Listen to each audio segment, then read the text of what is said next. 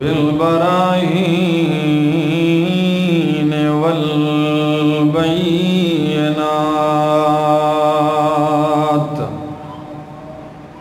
وعلى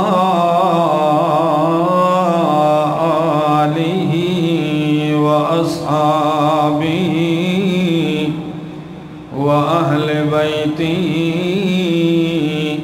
الطيبين الطاهرات. أما بعد فأعوذ بالله من الشيطان الرجيم. بسم الله الرحمن الرحيم. فاستمسك بالذي أوحي إليك إنك على صراط مستقيم وإنه لذكر لك ولقومك وسوف تسألون. وقال الله تبارك وتعالى في موضع آخر: يا أيها الرسول بلغ ما أنزل إليك من ربك وإن لم تفعل فما بلغت رسالته والله يعصمك من الناس. وقال تعالى: إنه لكتاب عزيز. وقال تعالى: ثم أورثنا الكتاب الذين اصطفينا من عبادنا. وقال النبي صلى الله تعالى عليه وسلم: خيركم من تعلم القرآن وعلمه. وقال النبي صلى الله تعالى عليه وسلم: إن الله يرفع بهذا الكتاب أقواما ويضع به آخرين. وقال النبي صلى الله تعالى عليه وسلم: يا أبا ذر لأن تغدو فتعلم آية من كتاب الله خير لك من أن تصلي 100 ركعة ولأن تغدو فتعلم بابا من العلم عمل به أو لم يعمل به خير لك من أن تصلي 1000 ركعة. سبحان ربك رب العزة عما يصفون وسلام على المرسلين والحمد لله رب العالمين. کیسے ممکن ہے حقائق بھی سرابوں میں ملیں؟ کیسے ممکن ہے حقائق بھی سرابوں میں ملیں؟ رحمت حق کے نشان کیسے عذابوں میں ملیں؟ ساز وجدا سے سنو نغمہ عرفان و یقین، یہ وہ نغمہ نہیں جو تم کو ربابوں میں ملے۔ نشہ عشق محمد سے خدا ملتا ہے، نشہ عشق محمد سے خدا ملتا ہے، یہ وہ نشہ نہیں جو تم کو شرابوں میں ملے۔ جہاں بھر کے مصائب کا علاج ہے فقط قرآن، جہاں بھر کے مصائب کا علاج ہے فقط قرآن، ان سب کا حل اس کے جوابوں میں ملے۔ غم دنیا میں غم دین بھی شامل کر لو، غم دنیا میں غم دین بھی شامل کر لو، تاکہ دیدار و رضا تم کو ثوابوں میں ملے۔ انتہائی قابل عزت، قابل احترام علماء کرام، خصوصاً شیخ التفسیر والحدیث حضرت العلامہ مولانا فرید احمد حقانی صاحب حفظہ اللہ تعالی ورعاہ واطال اللہ عمرہ، اور اس مسجد میں جو شرکائے درس تھے اور جو دور دراز سے آئے ہوئے دوست ہیں، بھائی ہیں، ساتھی ہیں، سب کو السلام علیکم۔ آج انتہائی خوشی ہوئی کہ لاہور جو پاکستان کا ایک دل ہے، اس شہر میں اور پھر جوہر ٹاؤن کے اندر اللہ نے اس مسجد کو یہ اعزاز بخشا کہ یہاں اللہ کی کتاب سنائی جاتی ہے، اس کی تعلیم دی جاتی ہے، اور پھر آج کا یہ منظر دیکھ کر مجھے انتہائی خوشی ہوئی ہے کہ اس دورہ تفسیر میں ہر طبقے کے لوگوں نے شرکت کی، ہر عمر کے لوگوں نے شرکت کی، اور یہ بات اور لوگوں کا یہ عذر بالکل ختم کر دیا کہ جن کو کہا جاتا ہے کہ بھائی آؤ قرآن سیکھو، کہتے ہیں اسی بوڑھے ہو گئے ہیں، ساڑی عمر نہیں رہی، ہم بوڑھے ہو گئے اب ہماری عمر نہیں رہی۔ لیکن میں نے یہاں یہ منظر دیکھا کہ یہ عذر تو اب نہیں چل سکتا کہ یہاں 10-15 سال کے بچوں سے لے کر 60-70 سال کے شاید سے بھی اوپر ہوں، ایسے بزرگوں کو میں نے دیکھا جنہوں نے اس عمر میں قرآن مقدس سیکھا، سبقاً پھر لکھا، اور پھر آج ان کو اپنے استاد کے ہاتھوں سے سند ملی۔ اس عمر میں قرآن کا طالب العلم بن جانا یہ بہت بڑی غنیمت کی بات ہے، یہ اللہ کا احسان ہے۔ یقین کیجئے قرآن مقدس، دنیا میں بڑی نسبتیں ہیں، چیز یا تو نسبت سے گھٹیا ہو جاتی ہے، ذلیل ہو جاتی ہے، یا نسبت اگر اونچی چیز سے ہو تو گھٹیا چیز، معمولی چیز بھی عظیم تر بن جاتی ہے، معمولی چیز بھی عظیم تر بن جاتی ہے۔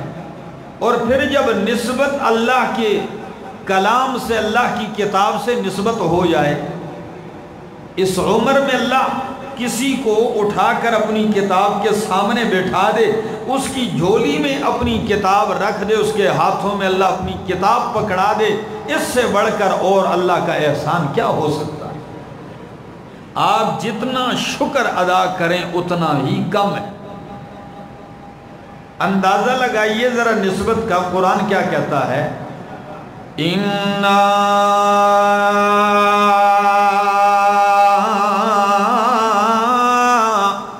انزلناہ فی لیلۃ القدر، بے شک ہم نے قرآن کو اتارا، نازل کیا، فی لیلۃ القدر، لیلۃ القدر میں، عزت والی رات میں، عظمت والی رات میں، شان والی رات میں۔ وما ادراک ما لیلۃ القدر، آپ کیا جانے لیلۃ القدر کیا ہے؟ تمہیں کیا معلوم لیلۃ القدر کیا ہے؟ خود ہی فرمایا لیلۃ القدر خیر من الف شہر، لیلۃ القدر جس رات میں قرآن آیا وہ 1000 مہینوں سے بہتر ہے۔ کتنے مہینوں سے؟ 1000 مہینوں سے بہتر ہے۔ میرے استاد محترم شیخ القرآن مولانا محمد طیب طاہری صاحب اس دفعہ درس میں کہنے لگے کہ دیکھیے عطر لگا کر بندہ، خوشبو لگا کر بندہ جس راستے سے گزرتا ہے وہ راستہ، وہ گلی وہ مہک جاتی ہے۔ پیچھے سے آنے والا دیکھتا ہے پوری گلی میں خوشبو چل رہی ہوتی ہے، یہ خوشبو لگا کے بندہ صرف گزرا ہے، تو جو گزرا ہے تو گلی معطر ہو گئی۔ جب گزرنے سے گلی معطر تو خود جس وجود پہ یہ خوشبو لگی ہوگی، جس جسم کے ساتھ یہ خوشبو لگی ہوگی، وہ جسم کتنا معطر ہوگا، وہ وجود کتنا معطر اور خوشبودار ہوگا۔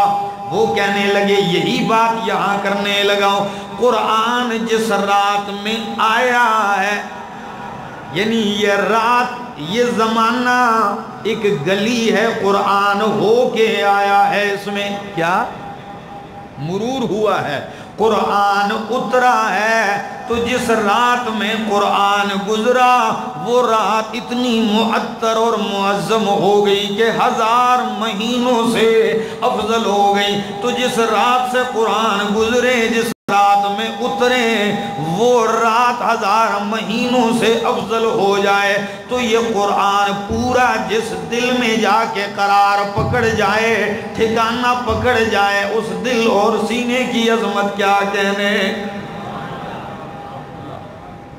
اس کی عظمت کے کیا کہنے۔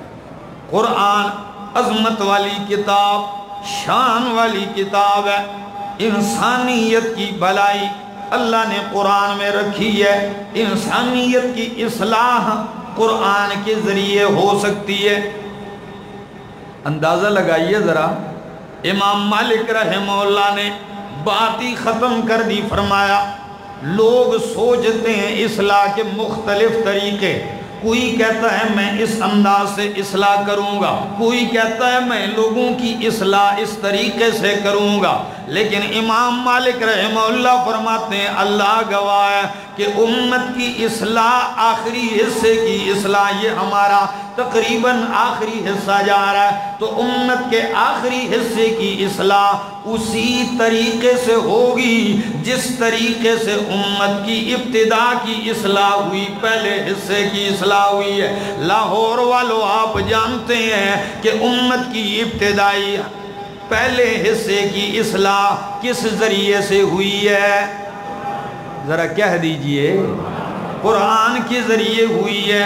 اللہ نے اپنے نبی کو قرآن دیا، اور قرآن دینے کے بعد کیا فرمایا؟ فرمایا بلغ ما انزل الیک من ربک، بلغ یہاں صرف وجوب ہی نہیں ہے بلکہ ابقائے فعل ہے کہ بلغ بلغ ما دمت حیا، میرے پیغمبر جب تک آپ زندہ رہیں گے آپ کا کام ہے قرآن پہنچانا۔ بلغ ما انزل الیک من ربک وَإِن لَّمْ تَفْعَلْ فَمَا بَلَّغْتَ رِسَالَتَهُ، اگر قرآن نہیں پہنچایا امت تک تو سمجھ لیجئے میرا پیغام نہیں پہنچایا۔ اے میرے اللہ، قرآن پہنچانا مشکل کام ہے، آسان کام تو نہیں ہے۔ اپنے بیگانے ہو جاتے ہیں، نام لیوا جان لیوا بن جاتے ہیں، لوگ مخالف اپنے بیگانے ہو جاتے ہیں، کوئی ہار نہیں ڈالتا، کیونکہ قرآن تو وہ لیبارٹری ہے۔ اور لوگوں کی یہی تو کمزوری ہے کہ جب آپ نے لیبارٹری میں خون دیا ٹیسٹ کے لیے تو اس نے جو آپ کی بیماری تھی وہ بتا دی. آپ نے دیکھو لیبارٹری نے میرے اندر یہ بیماری بتائی ہے تو آپ لیبارٹری کو توڑ دیں یا لیبارٹری والے کے دشمن بن جائیں. یہ کم بختی ہے. قرآن مقدس لیبارٹری ہے.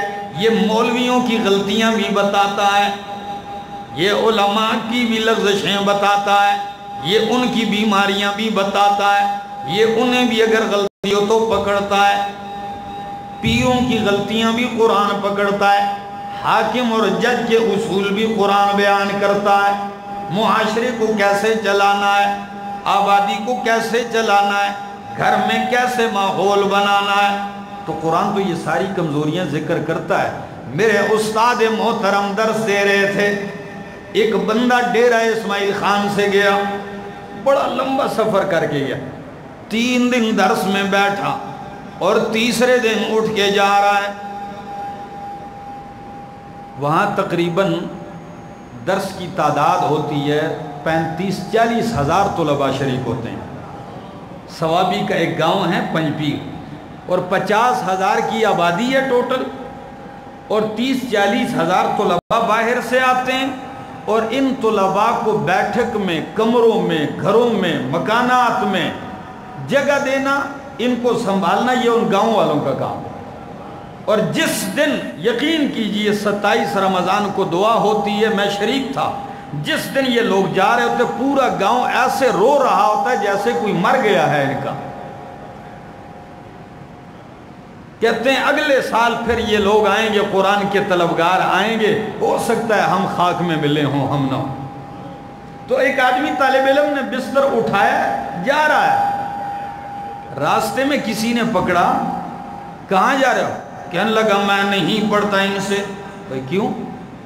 کہنے لگا یہ پتہ نہیں, ان کو میرے گھر کی باتیں ساری کسی نے بتا دی ہیں, میری پرسنل باتیں ان کو کسی نے بتا دی ہیں, روزانہ میری گھر کی بات کرتے ہیں, میں سر نیچے کیے ہوتا ہوں.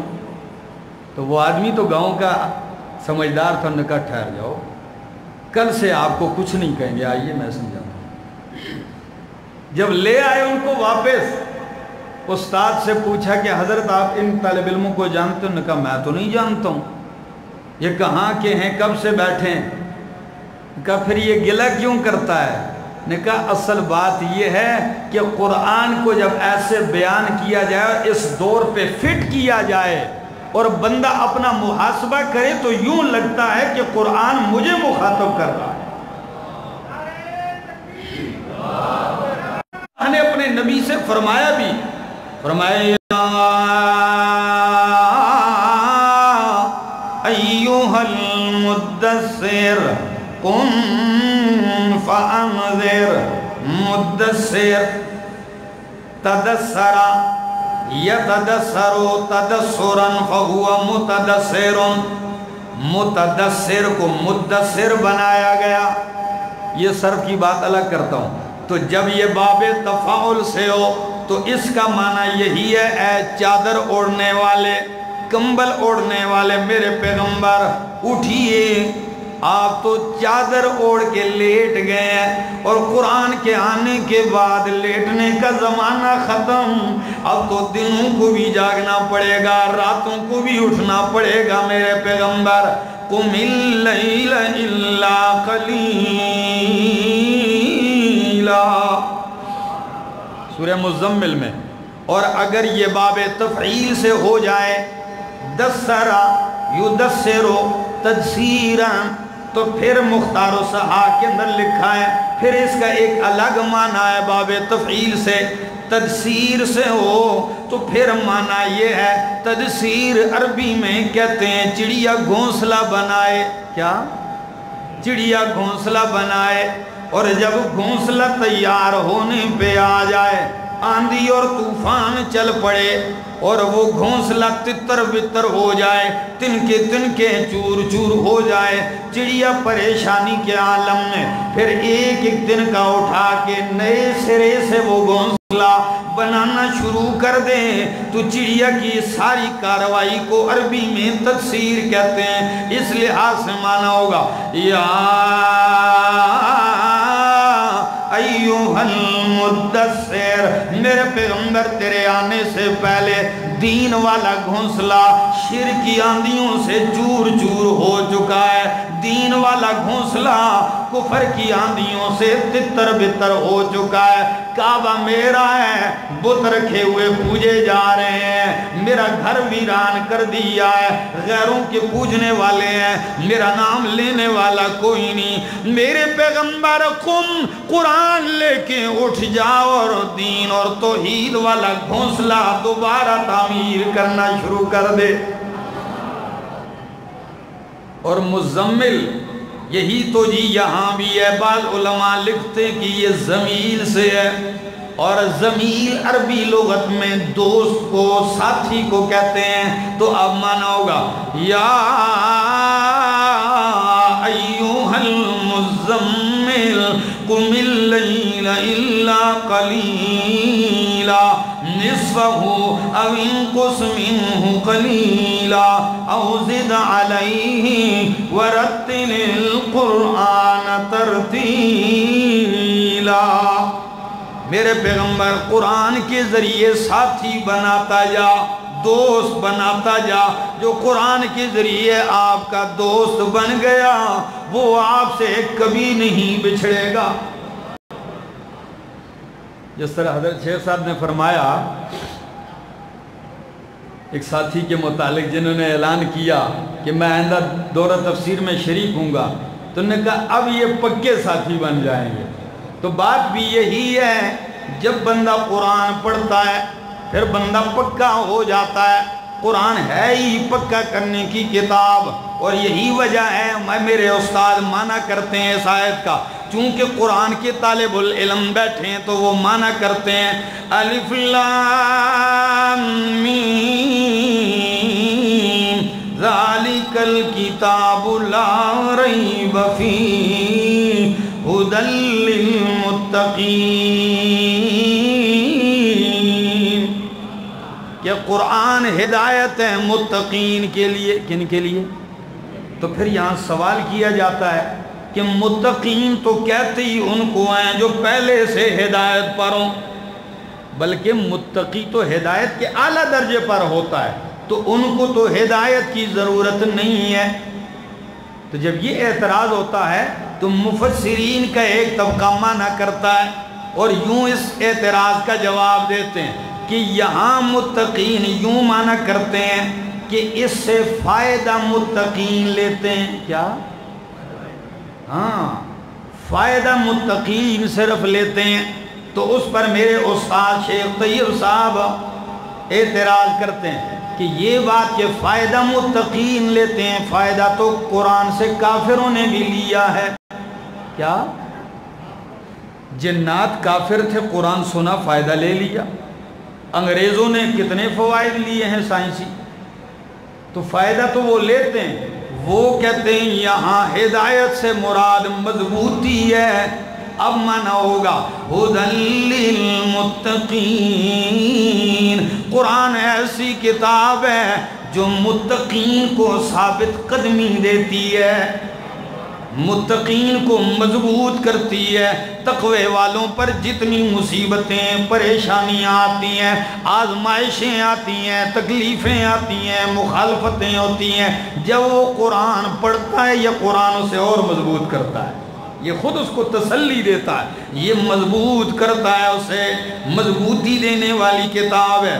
اسی لیے اللہ اپنے پیغمبر سے فرماتے ہیں، میرے سامنے 25واں پارہ سورہ زخرف کھلی ہے، میں نے جو آیت پڑھی سنیے، قرآن کہتا ہے آیت نمبر 43 ہے، اللہ فرماتے ہیں فَاسْتَمْسِكْ بِالَّذِي أُوحِيَ إِلَيْكَ فَاسْتَمْسِكْ بِالَّذِي اوحی الیک، میرے پیغمبر جو آپ کی طرف وحی کی جاتی ہے آپ اس کو تھام لیں۔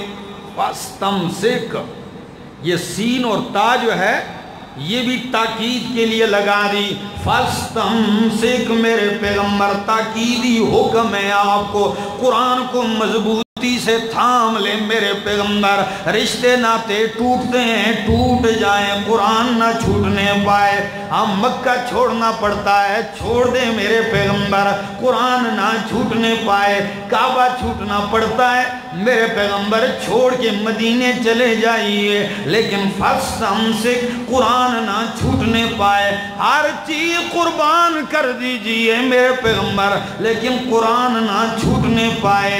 فَاسْتَمْسِكْ بِالَّذِي أُوحِيَ إِلَيْكَ، اگر آپ قرآن کو تھام لیں گے لوگ فتوے بھی لگائیں گے، لوگ بغاوت کا الزام لگائیں گے، کوئی کہے گا فلاں چیز نہیں مانتا، کوئی کہے گا بے دین ہو گیا ہے، کوئی کہے گا گمراہ ہو گیا ہے، کوئی کہے گا باپ دادا کی دین سے پھر گیا ہے، ساری دنیا جو مرضی ہے کہے میرے پیغمبر، ساری دنیا بے دین کہے، میں اللہ عرش سے اعلان کرتا ہوں انک علی صراط مستقیم، میں کہتا ہوں انک علی صراط مستقیم، تو صراط مستقیم پر ہے، تیرے صراط مستقیم پر ہونے کی گواہیاں میں دیتا ہوں میرے پیغمبر۔ اور اگلی بات بھی سنیے میرے دوستو، اِنَّهُ لَذِكْرٌ لَكَ وَلِقَوْمِكَ، آپ نے پڑھا ہوگا، آپ نے سنا ہوگا، آپ اور ہم مانتے بھی ہیں کہ مرنے کے بعد قبر برزخ میں 3 سوال ہوں گے کہ نہیں؟ من ربک، من نبیک، ما دینک، یہ سوال ہوں گے، لیکن اس کی دلیل حدیث میں ہے، لیکن کبھی آپ نے یہ نہیں سنا ہوگا، آپ کو کسی نے یہ نہیں بتایا ہوگا، یہ صرف یہاں آنا پڑے گا جوہر ٹاؤن، اس مسجد میں آنا پڑے گا تو پھر آپ کو پتہ چلے گا، آپ کو حقانی صاحب کے سامنے بیٹھنا پڑے گا قرآن کھول کر، پھر آپ کو پتہ چلے گا کہ جس طرح یہ سوال ہونے ہیں، لوگ بتاتے ہیں، علماء بتاتے ہیں، لوگ تیاریاں کرتے ہیں، میں آج ایک اور بات کرنے لگا ہوں، اسی طرح قیامت والے دن قرآن کے بارے میں بھی سوال ہوگا، قرآن کے بارے میں سوال ہوگا، میں نہیں، سورہ زخرف آیت نمبر 43-44 فرمایا وَإِنَّهُ لَذِكْرٌ لَكَ، میرے پیغمبر قرآن تیرے لیے بھی عزت ہے، تیرے لیے بھی شان ہے، تیرے لیے بھی پند و نصیحت ہے، وَلِقَوْمِكَ، اور تیری قوم کے لیے بھی نصیحت ہے، وَسَوْفَ تُسْأَلُونَ، وَسَوْفَ تُسْأَلُونَ، ان قریب تم سے اس کے بارے میں پوچھا جائے گا۔ تو یہ کوئی نہیں کہتا کہ قرآن کے بارے میں پوچھا جائے گا، اگر یہ بتایا جائے تو پھر لوگ تیاری بھی کریں گے، میری کتاب آئی، تو نے سمجھا کہ نہیں، تو نے پڑھا کہ نہیں، تو نے بیان کیا کہ نہیں، تو نے عمل کیا کہ نہیں، تو نے قرآن والا عقیدہ دل میں اتارا کہ نہیں۔ اللہ اکبر، قرآن تو وہ کتاب ہے، اس میں بڑی تاثیر رکھی ہے اللہ نے، اگر کوئی بندہ سمجھے، اللہ نے اس میں بڑی تاثیر رکھی ہے۔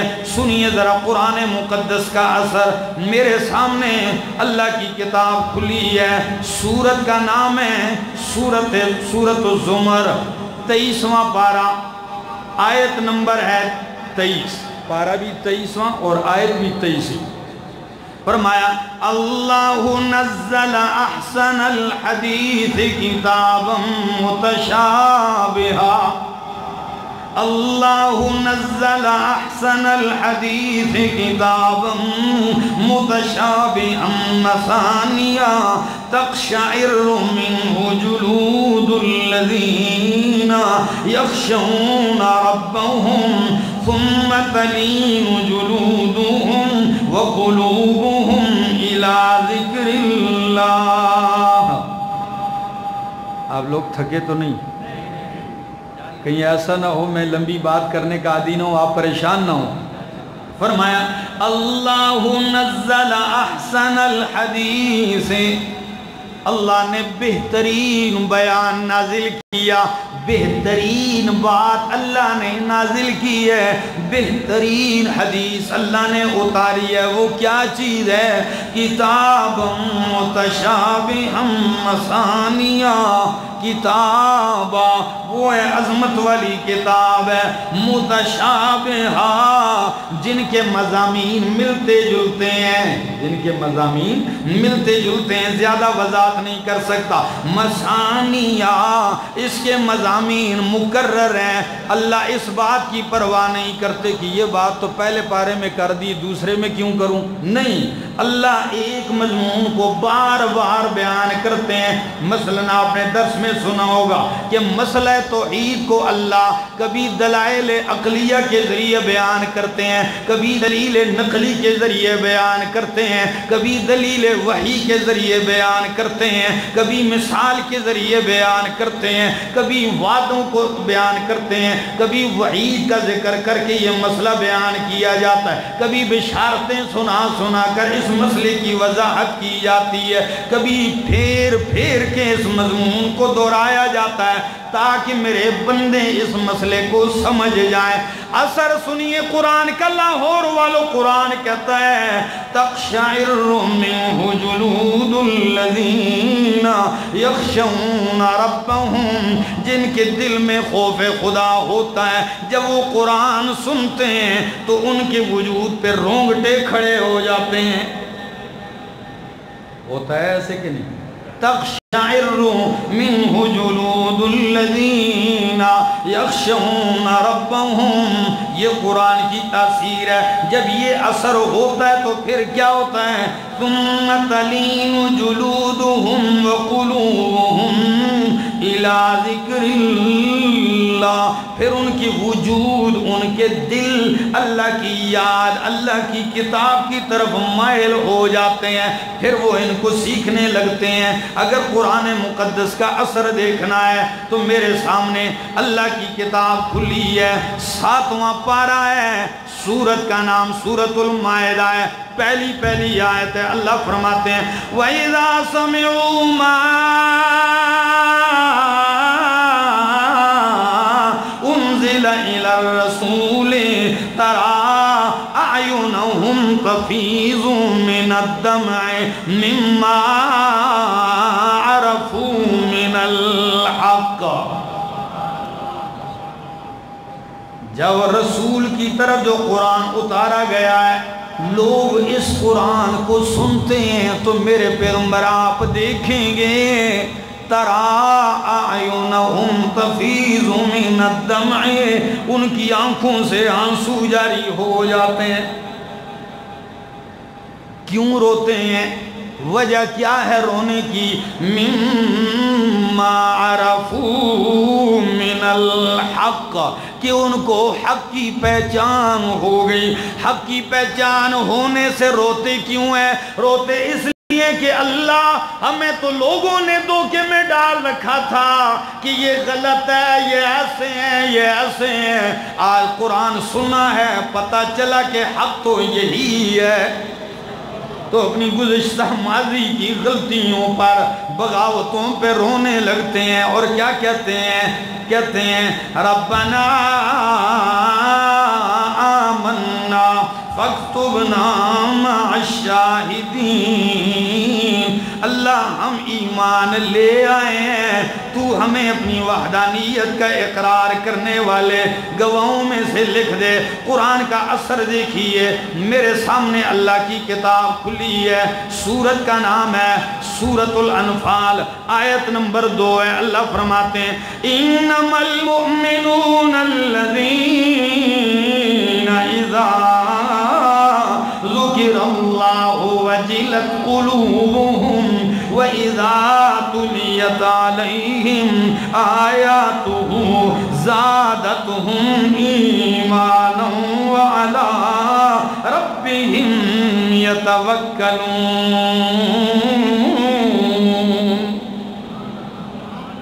فرمایا إِنَّمَا الْمُؤْمِنُونَ الَّذِينَ، مومن تو وہ لوگ ہیں اذا ذکر اللہ، جب اللہ کا ذکر کیا جائے، جب اللہ کا تذکرہ کیا جائے، فرمایا وجلت قلوبہم، ان کے دل ڈر جاتے ہیں، وَإِذَا تُلِيَتْ عَلَيْهِمْ آیاتُهُ، اور جب ان پر اللہ کی آیتیں پڑھی جاتی ہیں، انہیں قرآن سنایا جاتا ہے، تو زادتہم ایمانا، ان کا ایمان اور مضبوط ہو جاتا ہے، اور مضبوط ہو جاتا ہے، خوب مضبوطی آ جاتی ہے۔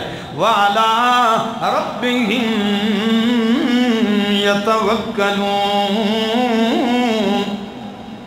وہ اپنے رب پہ توکل کرتے ہیں۔ تو قرآن اللہ کا ذکر ہے کہ نہیں؟ ذکر تو ہم صرف اسی کو کہتے ہیں نا، موٹے موٹے دانوں والی تسبیح اور ٹھک ٹھک آدمی پھینکتا رہے تو لوگ کہتے ہیں ذکر کرتا ہے۔ قرآن کو تو ذکر لوگوں نے سمجھا ہی نہیں کہ یہ بھی ذکر ہے، حالانکہ اللہ فرماتے ہیں اِنَّا نَحْنُ نَزَّلْنَا الذِّكْرَ وَإِنَّا لَهُ لَحَافِظُونَ، ہم ہی نے یہ ذکر اتارا ہے، اس کی ہم ہی حفاظت کرنے والے ہیں۔ تو قرآن ذکر ہے، اور یہ ذکر جب کیا جاتا ہے تو لوگوں کے دلوں میں اللہ کا ڈر پیدا ہوتا ہے، ان کے رونگٹے کھڑے ہوتے ہیں، ان کے دل اللہ کی طرف مائل ہوتے ہیں، ان کی ایمان میں مضبوطی آتی ہے۔ اب کچھ لوگ اللہ کا ذکر کرتے ہیں پاگل ہو جاتے ہیں۔ دیکھیں اس دن میں نے کچھ ایک ویڈیو دیکھی ہے، اچھے بلے کرتے پہنے ہوئے ہیں، خوبصورت پگڑیاں ہیں، بڑی بڑی خوبصورت داڑیاں ہیں، تو جب وہ ویڈیو دیکھی تو ہنسا اتنا میں پسلیوں میں درد آ گیا۔ میں نے کہا یہ ان کو کیا ہو گیا؟ ایک آدمی ذکر کرنے لگ گیا، ذکر کرتے کرتے اچانک وہ مسجد میں ایسے کودنے لگ گئے، ایک اٹھ کے دوسرے پہ جا لگ رہا ہے، دوسرا اٹھ کے وہاں لگ رہا ہے، پگڑی ادھر ہے، بال بکھرے ہیں، ٹانگیں ہوا میں ہیں۔ یار یہ کیا؟ ایک آدمی نے کہا جی یہ اللہ کی محبت میں مست ہو گئے ہیں، یہ اللہ کی محبت میں پاگل ہو گئے ہیں، یہ اللہ کا ذکر سنتے ہیں نا پاگل ہو جاتے ہیں۔ میں کہا لا حول ولا قوت الا باللہ۔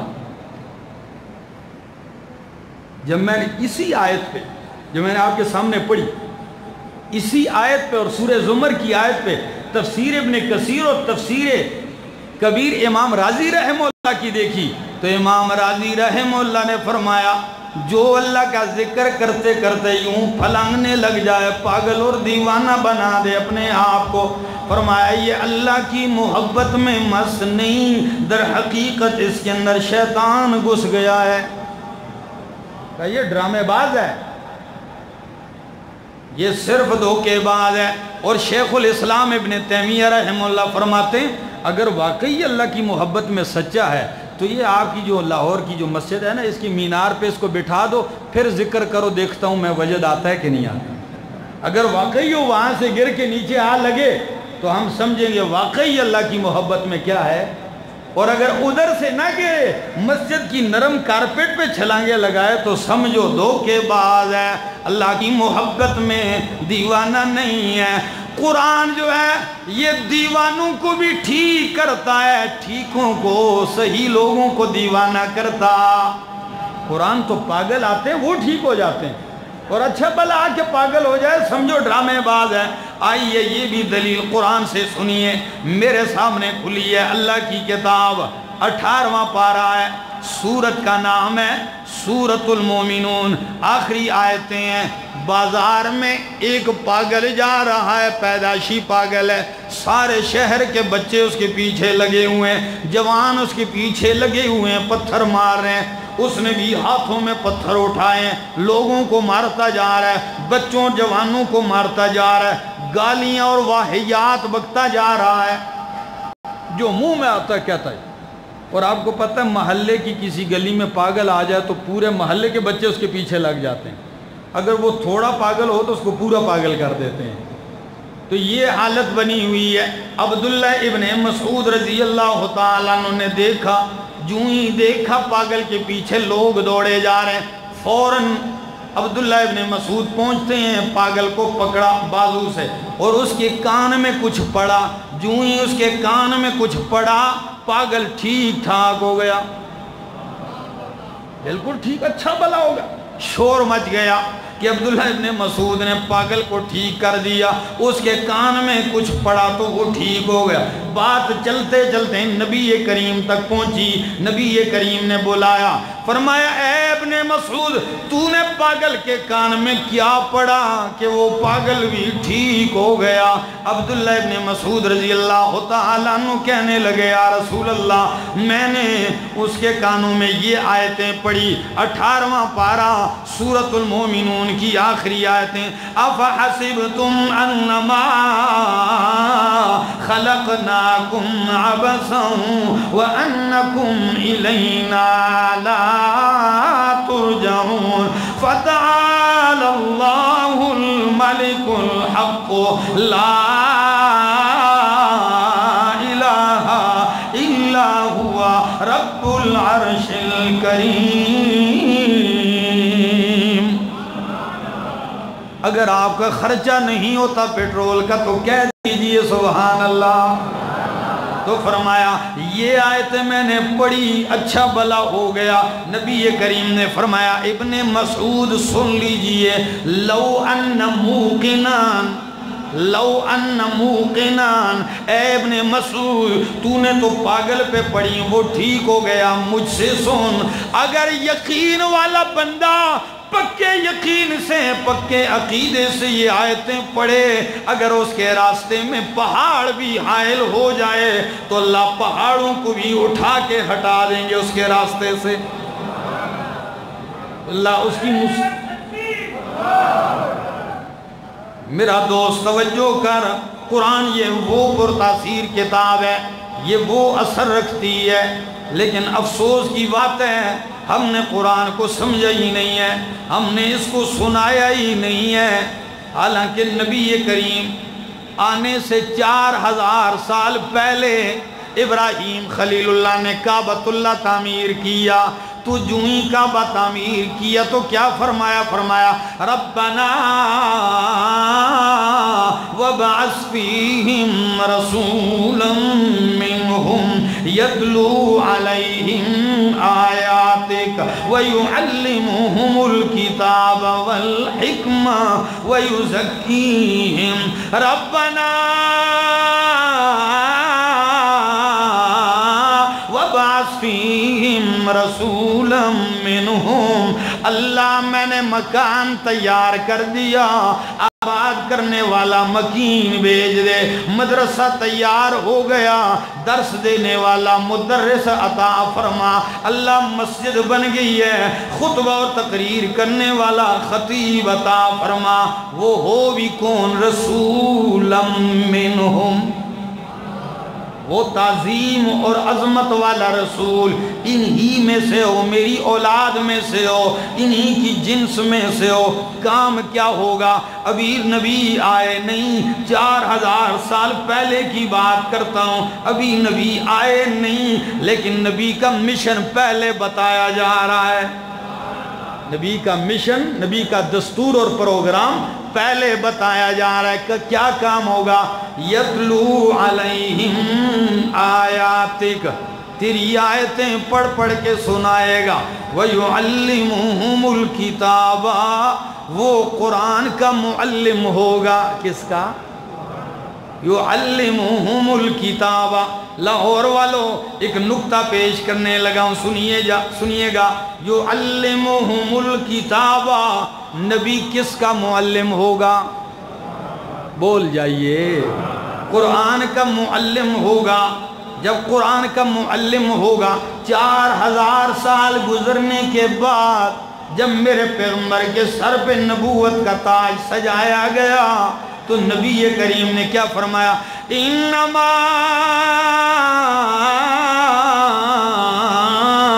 بعثت معلما، میرے دادا تعالیٰ نے کہا تھا یعلمہم الکتاب، قرآن کا معلم ہوگا، میں انہی کی تائید میں کہتا ہوں انما بعثت معلما، اللہ نے مجھے معلم، ٹیچر، استاد بنا کر بھیجا ہے۔ اب میں معلم بن کے آ گیا ہوں، اب میں قرآن کی تعلیم دوں گا، قرآن سناؤں گا۔ یقین کیجئے جس طرح ایک معلم محنت کرتا ہے شاگردوں پہ، کلاس تیار کرتا ہے، پھر کلاس میں دیکھتا ہے اچھا طالب علم ہوتا ہے، اسے میدان میں اتارتا ہے مقابلے میں، پھر بڑے اعلیٰ نمبروں سے وہ پاس ہوتا ہے، کیونکہ شاگرد کی عزت استاد کی عزت، شاگرد کی قابلیت استاد کی قابلیت ہوتی ہے۔ ہمارے ہاں پورے صوبے کی سطح پر سکولوں کا مقابلہ تھا، ہر شعبے میں،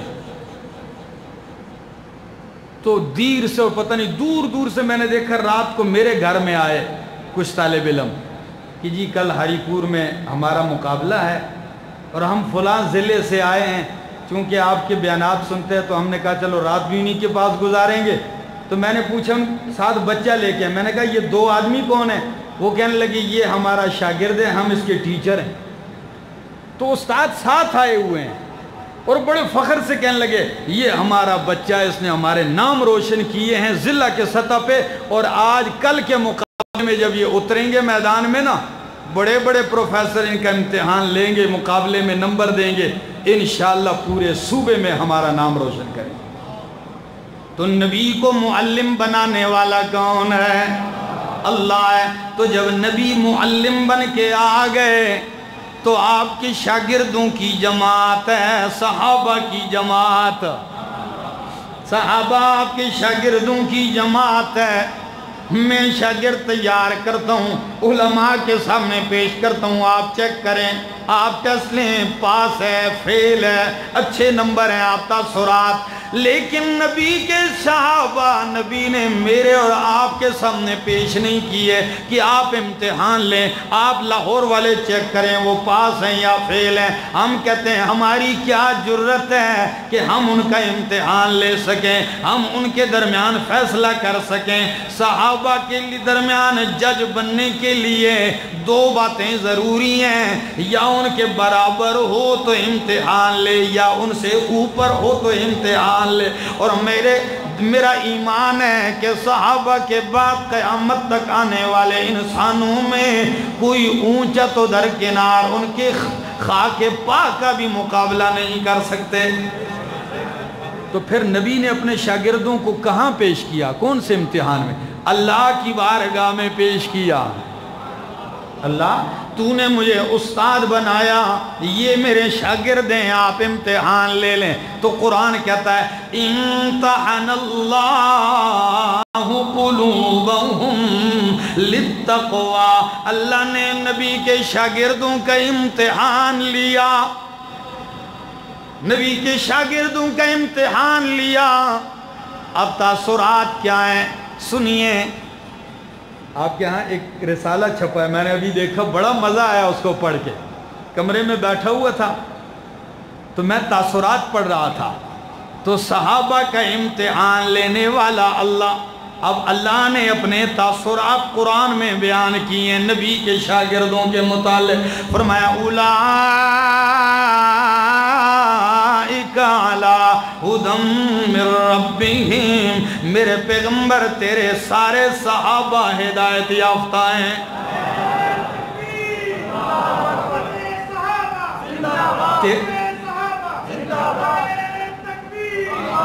تیرے سارے شاگرد ہدایت یافتہ ہیں۔ اولئک ھم المفلحون، سارے کامیاب ہیں۔ اولئک ھم الراشدون، سب رشد و ہدایت والے ہیں۔ اولئک ھم الفائزون، سب جو ہیں منزل اور مرام کو پا جانے والے ہیں۔ اولئک ہم الصادقون، سارے سچے ہیں، سارے سچے ہیں، صرف سچے ہی نہیں اولئکا ہم الصدیقون، سچوں کے امام ہیں، سچے ہی نہیں سچوں کے امام ہیں۔ کبھی فرمایا اولئکا ہم المؤمنون حقا، میں نے امتحان لیا، میرا نتیجہ یہ ہے کہ یہ پکے مومن ہیں، اور بات ہی ختم کر دی، فرمایا اولئکا حزب اللہ، میرے پیغمبر یہ شاگرد تیرے ہیں، یہ فوجی اور لشکر میرے ہیں، تیرے شاگرد ہیں اور یہ میرا لشکر ہے۔ اندازہ لگائیے میرے نبی نے کتنی محنت کی ہوگی، میرے نبی نے کتنا اپنے آپ کو کھپایا ہوگا، کتنی دن رات کی محنت ہوگی۔ یقین جانیے اتنی محنت ہے، اتنی محنت ہے، ہر طرف سے راستے بند ہیں۔ 16 راستے مکے کو آنے والے ہیں۔ کتنے راستے؟ 16۔ تاریخ نے لکھا ہے کہ جتنے بھی مکے کو راستے آ رہے ہیں، ہر راستے پہ پانی کا ایک مٹکا ہوتا تھا، اس میں زمزم کا پانی ہوتا تھا۔ یہ مشرکین نے رکھا تھا اس لیے کہ ہر باہر سے آنے والا زمزم کا ٹھنڈا پانی پی کر مکہ جائے۔ آج جب میرے نبی نے قرآن کا آغاز کر دیا، آج انہی 16 راستوں پہ پانی نہیں، بندے کھڑے کیے ہوئے ہیں، ہر آنے والے سے پوچھتے ہیں کہاں جا رہے جی؟ مکے جا رہے۔ مکے تو جا، لیکن وہاں ایک بہت بڑا جادوگر آ چکا ہے، ان سے بچ کے رہنا۔ جو بھی ان کی بات سنتا ہے بس پھر وہ باپ دادا کی دین کا دشمن بن جاتا ہے، پھر وہ ہمارا نہیں رہتا۔ انہی دنوں میں عمرے کے لیے آنا ہوا طفیل ابن عمر الدوسی کا۔ طفیل قبیلہ دوس کا سردار ہے، مکے آ رہا ہے۔ ابو جہل نے میٹنگ بلائی کہ پتہ ہے کون آ رہا ہے؟ انہوں نے کہا کون آ رہا ہے؟ طفیل عمرے کے لیے آ رہا ہے۔ تو لوگوں نے کہا تو پھر اس میں میٹنگ بلانے کی کیا ضرورت ہے؟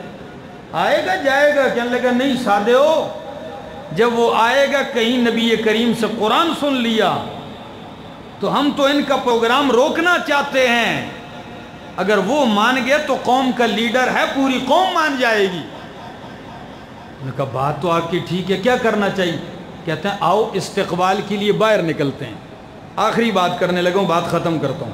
استقبال کے لیے باہر نکلنا چاہیے۔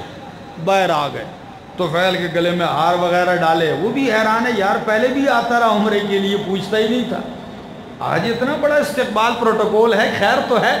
لیکن ابو جہل نے چند قدم اٹھاتے ہی ہاتھ پکڑ کے کہا طفیل بھائی، جو کہا جی تجھے پتا ہے ہمارے گاؤں کے حالات خراب ہیں۔ اچھا کیا ہو گیا؟ کہنے لگا یہاں ایک ایسا آدمی آ گیا جو بہت بڑا جادوگر ہے، نعوذ باللہ، جو ان کی آواز سنتا ہے بس انہی کا ہو جاتا ہے۔ طفیل نے کہا تو پھر؟ تو ابو جہل کہنے لگا طفیل میری اور تیری دوستی نہیں، بھائی چارہ ہے، ہم بھائی ہیں، کہیں ایسا نہ ہو دشمنی بن جائے، بس اپنا خیال رکھنا، ان کی بات نہ سننا۔ طفیل نے کہا شکر ہے آپ نے پہلے ہی سمجھا دیا۔ جیب میں ہاتھ ڈالا، روئی نکالی، کانوں میں ٹھونس دی، خوب کان بند کر دیا، سمم بکمن ہو گیا۔ خوب جب کان بند کر دیے، خود ہی بیان کرتا ہے طفیل، کہتا ہے ایک دن صبح صبح کعبے کا طواف کر رہا ہوں، اللہ ہم سب کو بارہا لے جائے، طواف کرتے جا رہا ہوں اور ترچھی نگاہ سے میں نے دیکھا تو نبی کریم کھڑے اللہ کا قرآن پڑھ رہے ہیں، اور میں نے دیکھا ترچھی نگاہ سے ہاں یہی وہ آدمی ہے جن کے بارے میں مجھے کہا گیا ساری نشانیاں انہی میں ہیں، یہی ہے وہ۔ ایک چکر لگایا، دوسرا لگایا، دل میں خوش ہوں کہ شکر ہے پہلے بتایا گیا ورنہ مجھ پہ بھی جادو چل جاتا۔ کہتے ہیں یہی باتیں سوچ سوچ کے گھوم رہا ہوں، اچانک دل میں خیال آیا کہ طفیل کیوں سادہ بن گیا ہے، تو شاعر بھی ہے، تو قوم کا لیڈر بھی ہے، اچھا برا برا بھلا سمجھتا ہے، سن تو صحیح یہ کہنا کیا چاہتے ہیں۔ کہتے ہیں بس جوں ہی دل میں خیال آیا چپکے سے نبی کریم کی پیٹھ کے پیچھے آگے کھڑا ہو گیا. نبی کریم نے دیکھا نہیں, کان سے جوں ہی روئی نکالی, دوسرے کان سے روئی نکالی. طفیل کہتا ہے اللہ کی قسم ہے نبی کی زبان سے قرآن کی اتنی تاثیر تھی کہ میری آنکھوں سے آنسوؤں کی برسات جاری ہو گئی. یوں نہیں لگ رہا کہ قرآن میری کانوں میں پڑ رہا ہے, بلکہ یوں لگتا ہے کہ قرآن میرے سینے کو چیر کے ڈائریکٹ میرے دل پہ جا لگ رہا ہے. ادھر نبی نے تلاوت ختم کی, جوں ہی تلاوت ختم کی آپ نے دیکھا نہیں میری طرف, چل پڑے, میں پیچھے پیچھے جا رہا ہوں.